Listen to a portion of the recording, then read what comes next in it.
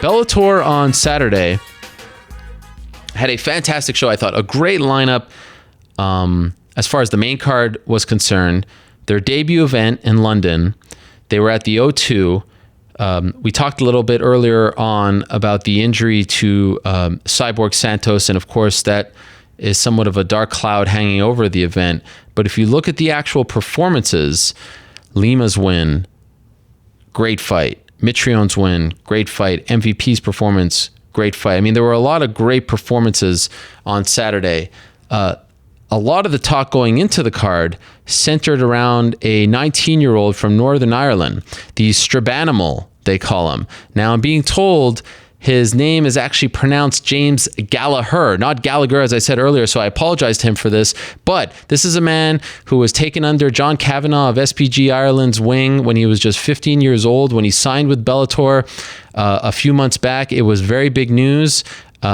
In fact, I have a pretty funny story to share with him, but a lot of people, especially in Ireland, are excited about James Gallagher's future. He was successful in his Bellator debut on Saturday, and I'm excited to talk to him right now on the phone. James, how are you, my friend? I'm good, Earl. How are you? It is a pleasure to talk to you. So am I correct? Is it actually Gallagher, not Gallagher? Yeah, that's correct. All right, there we go. So I'm happy to get it right. So this is an interesting story, and I'm really excited to have you on. I know a lot of your fans are excited to hear from you as well. Congratulations on the win. Is it fair to say that you're actually pretty disappointed in your performance now that we're 48 hours later? I know what you said in the cage and what you said in interviews, but now that you've had 48 hours or so to digest the victory, are you still disappointed, or do you feel like there were enough positives to make this a successful night for you? Thank you very much. I'm not happy with my performance. I want to finish my fight. You know what I mean? I've had and especially in the first three professional fights, I've had first round submission finishes, and I was coming after the same thing here, but I didn't get it, unfortunately. So I'm not happy that I got the finish, and I know it was a very different opponent. I've never really faced someone who didn't want to really engage in a fight, but that's not. People will use that as an excuse, but I should have cut him off and baited him into a fight. If he didn't want to, I should have made him fight. So that's something to work on, and it's something to bring back to the gym and take. There's loads of positives to take away from it and stuff like this, but I'm not happy that I didn't get the finish, but I'm happy with myself and happy that I got the win, and it was an unreal experience to be on Bellator. Do you know what I mean? It's one of the biggest promotions in the world, and it's something I've always dreamed of since when I was a young kid, that when I started training, to be on one of the biggest promotions in the world. Do you know what I mean? So I'm delighted about all that, but I'm not happy that I didn't get the finish. So I know that you were tweeting and saying before the fight, done and won. Obviously, that didn't happen. In hindsight, were you putting too much pressure on yourself, given the fact that this was your debut on such a big stage? No, I didn't feel like that I was putting any pressure on myself. I think I perform better when I have like a lot of hype and a lot of so-called pressure on myself, as you could say. But I think it boosts me to go in there and perform better. Do you know what I mean? But it was just wasn't meant to be. I should have been capitalized on it more, and especially like on the ground instead of working for the choke and stuff. I felt like I should have softened them up more with shots and wore them down, rather than always just searching for the submission. That I should have opened them up with the elbows and stuff, and nearly almost, do you know what I mean, really have him in a bad way, and then choke him out. Do you know what I mean? Because he was definitely a tough guy, and he was very strong, like unusually strong. Okay. So he was, but that's the way it goes. I'm going to learn from him. I'm young. I'm only 19 years old, and I feel like that night I didn't perform at my full ability, but the good thing that I can take about that is when I show up to Bellator again and have another fight, hopefully it's soon, and I perform at my full ability, that I will shock a lot of people. So that's another positive to take from me. So this is a very interesting thing. It is Monday, July 18th, right? July 2016. July 18th, 2014, I met you for the first time. Do you remember that? Yeah, I remember that in the O2 in Dublin. Yeah, exactly 2 years ago today. How crazy is that? Yeah, that is weird. And I said I'd be on your show. Yes, the night before, That's nuts, isn't it? we were in Dublin for the Conor McGregor Diego Brandao fight. I'm sitting, in the arena for the weigh-ins. I'm sitting next to a fine journalist out of Ireland named John Balfe, and you come up to me and say, "I haven't begun my career yet, but I guarantee you that you'll be interviewing me soon. You'll be talking to me very soon." And that was on July 18, 2014. That's insane. That is mad, isn't it? It is, but it shows you know what I mean? I wasn't too far wrong. No. Okay, but now tell me this. Did you think that it would happen this quickly for you, that 2 years later you'd be fighting on a big stage like Bellator and on television worldwide? Did you honestly think it would happen this fast? I thought it would be quicker. What? No, I'm only joking. Yeah, definitely. You know what I mean? I started putting in the work and racking up the wins, and I definitely thought it would be around this time. Do you know what I mean? That something big would happen, and just to end up then, I really wasn't thinking about that. You know what I mean? Because I think if you try and rather than focus on just what's now rather than what's ahead, you know what I mean? You can get caught up a little on that and then miss out on what's happening now. So I try to think now just what is happening in the moment rather than focusing too much on the future, because you can miss out on the moment. Yeah. If you do put all your focus on in the future, but it's nice the ability to just say that it would be soon, and it was soon after, and now here I am, do you know what I mean, on your show, like I said, and so this is unbelievable for me, do you know what I mean? I'm got goosebumps here just speaking to you on the phone, do you know what I mean? It's all a bit nuts, but I'm just rolling with it, enjoying it. I'm just young, just following my dream, doing something I love, so I'm just blown away by it all and enjoying it all, and I'm going to get back into the gym now soon once my body's healed up and put in that work, and hope to go again now soon. We're trying to get another fight lined up very soon. What was it like for you as a 17-year-old, a part of SBG, but obviously you hadn't really begun your pro career, and you were in Dublin for that night, to see the team go undefeated, to see what happened, as the night, from Paddy all the way to Conor, and being a part of that team? What did that do for your confidence? Do you recall watching it and just, because I felt like I was on cloud nine. I had nothing to do with it. I can't imagine what it was like for a young team member like yourself. Do you recall the emotions that you were feeling? Oh yeah, it was unbelievable. Paddy Houlihan let me do his corner. Oh wow! So it was his debut in the UFC, and I remember walking out and just thinking what is going on here? Do you know what I mean? It was nuts. And then I walked out, and then Paddy put on an amazing performance, and I was nearly in tears in the corner. I was just blown away by the crowd and everything. It was a bit overwhelming, do you know what I mean? It was overwhelming. It was blown away, and it just motivated me so much to really see all my teammates are getting this and they're doing this, do you know what I mean? So I'm going to do what they're doing and try and do more and get that as well, do you know what I mean? So that's just what I've been doing since, and now here I am, do you know what I mean? Bellator came, snatched me up, and unfortunately last Saturday night I didn't make the statement that I wanted, but I'm going to work hard and put everything I got into it. You know what I mean? I've dedicated my life to MMA since I was 15. I quit school. Yeah. John took me in, let me live with him, and I've dedicated my life to it, and I'm going to keep working until I achieve all my dreams. John Kavanagh wasn't there in London with you because he's in Las Vegas with Conor preparing for that fight. What was that like for you, considering how important he is to you? Yeah, it was definitely, John's very important to me. Do you know what I mean? He's a big figure in my life. Do you know what I mean? He's in all surrounds of life. But we've been here before. Do you know what I mean? And a couple of my other fights and during my amateur career and stuff. Do you know what I mean? So, and we know ourselves. Do you know what I mean? John's a busy man. He can't spread himself too thin. Do you know what I mean? He has to put his focus into one thing and one thing only. And it was what it was. You just have to accept these things and get on with it. But I had my teammate and very close friend of mine, Kiefer Crosby, with me, and we're the ultimate dream team. Do you know what I mean? And then when John's there, it's a big bonus. Okay. So it is, but it's thanks to Kiefer coming out and taking John's place as such, and he was the next best man for the job, and I feel like we're like a dream team. Do you know what I mean? It's a good pack. Well, why did you leave school at age 15 to dedicate yourself to becoming a fighter?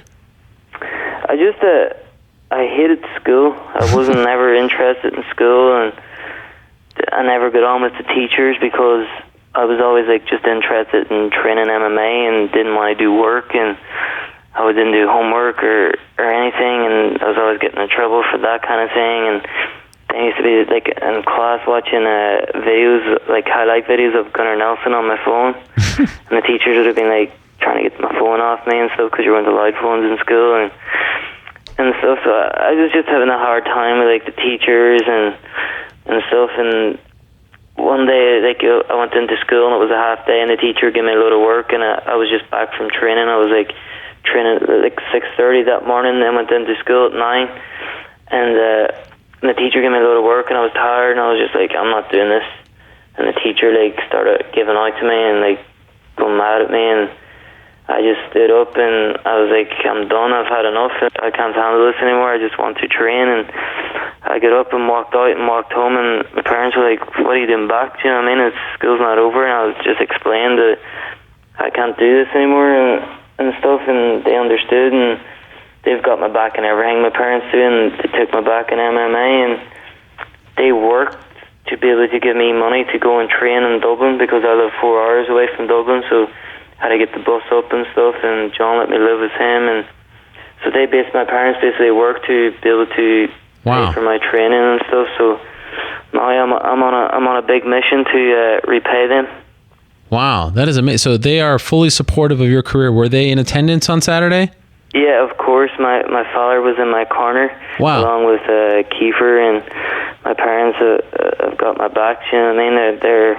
I wouldn't be here if it wasn't for them. They funded my training. They because I don't come from a wealthy family or anything. I just come from a small town called Strabane. I grew up in a place called Drive. It's a council housing estate, and my parents just worked hard to be able to get me to Dublin to train it and stuff, and I just convinced them that I would put in the work and make a career out of this for myself. And they were never really interested about me like making a career or anything. They were just really happy to see that I was happy doing something I loved, and that's all that mattered to them. But now I'm on a big mission to really retire my parents young. Wow, that is amazing. What were your friends saying when you're 15 years old and you leave school to go live with some coach 4 hours away and start training in mixed martial arts? Were you viewed as some, like this crazy kid? Could your friends not really understand what you were doing, or were they supportive of you as well? Yeah, most of them weren't. They were like, you're strange, you know what I mean? Because when I was in school, I brought like a healthy lunch and eating healthy, and they were going out at the weekend drinking or whatever, and I just wasn't interested in that. And I was like, I'm going training this weekend. There's time off school, you know what I mean? I just trained all weekend and stuff. And then when I eventually left, they were still like, what are you doing? Do you know what I mean? No one just quits. Like, how are you going to do anything? You know, you need a job. How are you going to get a job or whatever? And stuff like this. And then I just cut them kind of negative people out of my life, and I have a couple of friends that stuck with me and stuff, and they're still here. They come watch me fight and stuff like that, you know what I mean? So they're staying with me, and other people are dropped a long time ago. Yeah. Does it bother you when you're always being asked about Conor and compared to Conor? Is that annoying? Being compared to like one of the greatest fighters of all time is a rather compliment, but yeah, people ask me in a stupid way, and it's just very stupid, you know what I mean? I don't see it at all, but people can ask some ridiculous questions, and you're just like, man, come on, do you know what I mean? Like, you're meant to be a well-educated journalist, and you're asking me like a stupid question, you know what I mean? But I just got to deal with it, you know what I mean? Luckily, I can avoid them hard questions pretty easy. You know what I mean? I can slip them easier than I can slip punches, but I just have to keep on the ball, and that's that. You know what I mean? Of course, I think you do a good job of avoiding some of those questions, or at least answering them in a polite way. Lennox Lewis was there, and I heard that he was front and center, actually cheering you on at the press conference. Did you have a chance to speak to the great Lennox Lewis of Canada? I might add, he sort of defected and went to England. But anyway, a great guy and a great fighter, a legend in his own right. Did you have a chance to talk to him? Yeah, definitely. It was something else. You know what I mean? I remember I was sitting there before the press conference. Me and Michael Page were the first ones there, and we're just chitting, having a conversation. And then the next minute, I looked around and seen this giant coming through the door.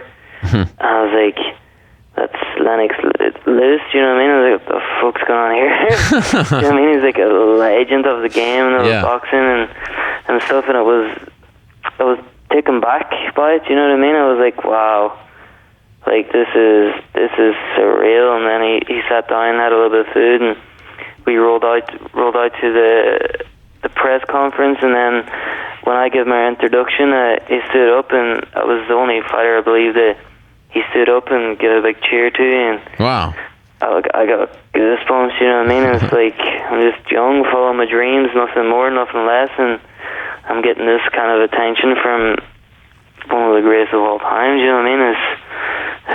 That's just blew me away. That's the kind of stuff no one can ever take away from me. Do you know what I mean? Sure. It's very humbling, and it's such like an honor to have that kind of thing happen to me. Do you know what I mean? It's surreal. Now, around 11 months or so ago, you went to Bahrain to sort of be a part of this KHK team, and I'm wondering, A, what that means for you now. Like, are you still a part of that team? And B, what it was like for a guy who had yet to make his pro debut to be sort of plucked from the crowd and say, okay, you're going to go to Bahrain and train with these important people. We're sort of pinpointing you as the future of this sport. What was that like? Yeah, that was a wonderful experience. Thanks to KHK and Sheikh Khalid for involving me. I'm still a big part of KHK and proud to be.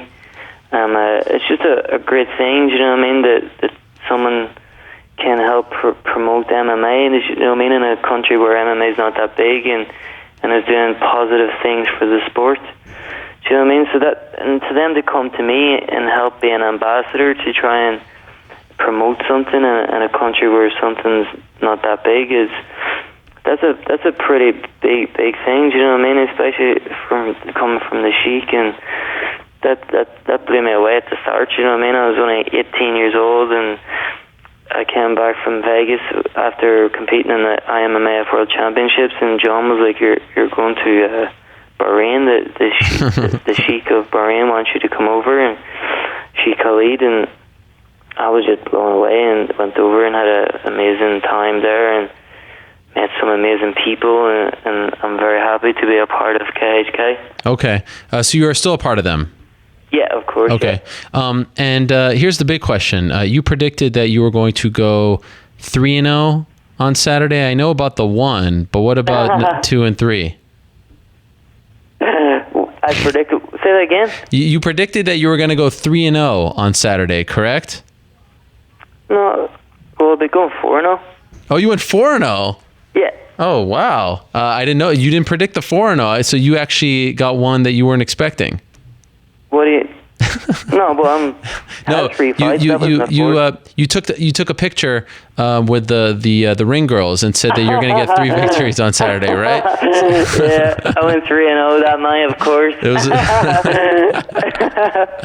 It was a successful night for you all around? It was a very successful night all around. Well done, James. So I was actually, this is a funny thing, a few weeks ago, I was like speaking to my brother. He was away on holidays, and I was like, oh, so like, did you get any girls or anything? And he was like, nah. And I was like, do you want a good tip on how to get girls? And he was like, what? And I was like, it's signed to Bellator. Wow, so life has changed for you, even before your first fight for them. Sorry? Life has changed for you even before you ever stepped foot in the Bellator cage. Yeah. Wow. It's crazy here. Like, actually, like, tonight, like, there was, like, kids coming up to my door and, like, asking me to sign, like, pictures and stuff, you know what I mean, just where I come from. And I'm, like, walking down the street, like, people stop me for pictures and just little kids where I live. Do you know what I mean? Like, just seeing me is, you know, something to look up to, and that's something I take great pride in, to be able to help people come up. Do you know what I mean? Because where I come from, there's not much, and if I can help anything, do you know what I mean? Help anyone, inspire people along, that means so much to me. Wow, that must be surreal for someone of your age. I'm guessing your friends who thought you were a little crazy for leaving when you were 15 don't really think that anymore. No, exactly. You know what I mean?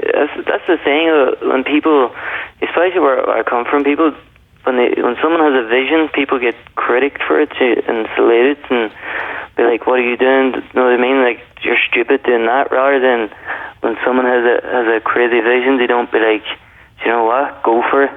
Don't pit everything you got. Go for it and give it your damnedest. And if it doesn't work, at least you tried." You know what I mean? But people around here don't have that kind of attitude. But luckily, I did, and my parents did, and a few people that I was surrounded by had that same dream and pushed me positive to, you know what I mean, to really go and achieve my dreams. You know what I mean? Even though it's probably a crazy thing to do. Yeah. But that's all you need. Worked out. Yeah, that's all you need. You know what I mean? It shows, but if you're going to do something, you have to go 100%. You can't go half-hearted and be like, "I hope this works." Do you know what I mean? I was never thinking, "Oh, hope I get into a big show and start earning good money."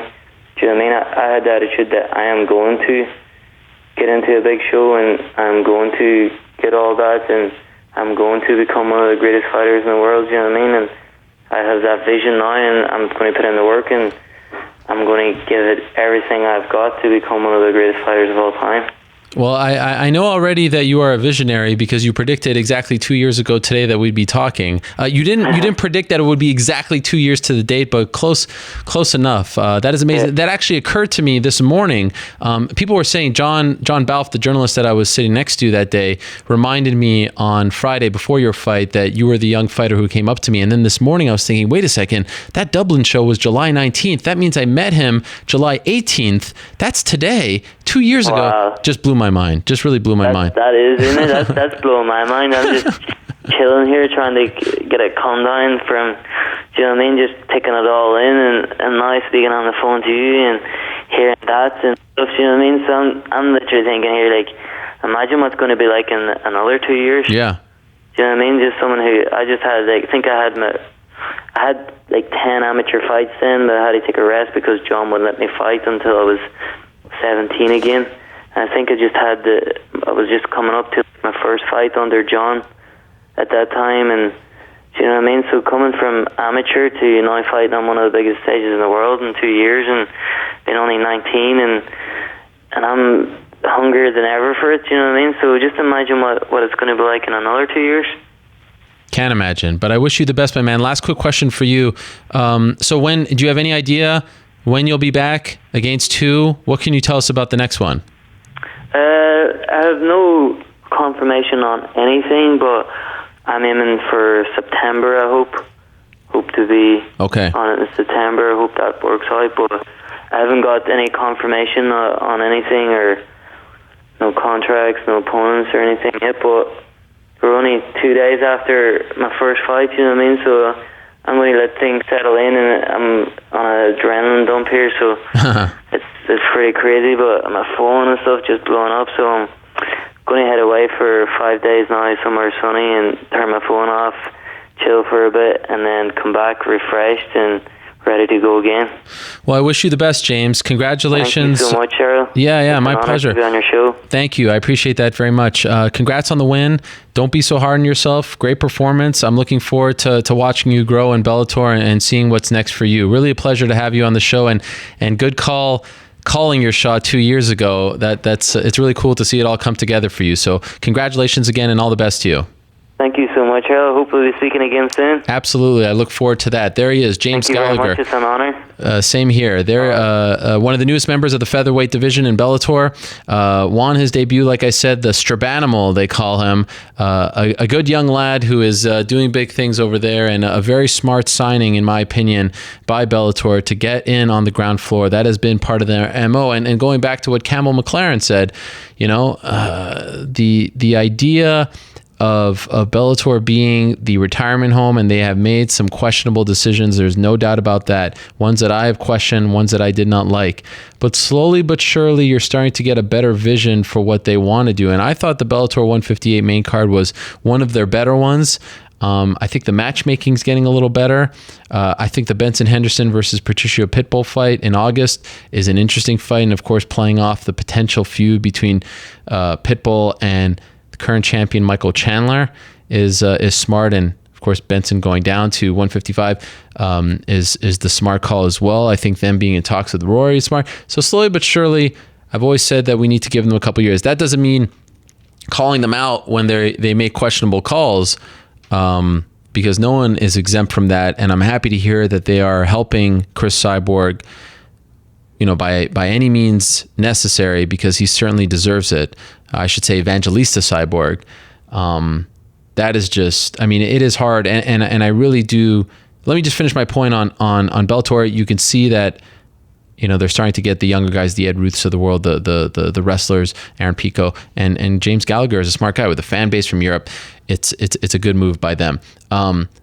Just to expand on what I was saying to Mark Ramundi at the top of the show, there are moments where you just kind of think to yourself, this is a brutal sport. I know that.